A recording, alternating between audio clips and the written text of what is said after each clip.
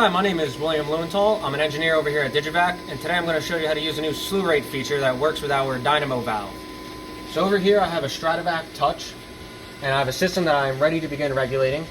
So what I'm going to do is I'm going to come over to the set point screen, and I have a set point of 250 initially. I'm going to set a slew rate of 0 because I want my vacuum level to regulate immediately to 250 torr, and from there I will use the slew rate to go down to 180. So I come to the main screen, I press the set point button, the controller begins to regulate. Once we arrive at our value, I can now go back into the Dinamo set point screen. My final set point is 180 torr, and for this I want to go down at 60 torr per minute to avoid bumping.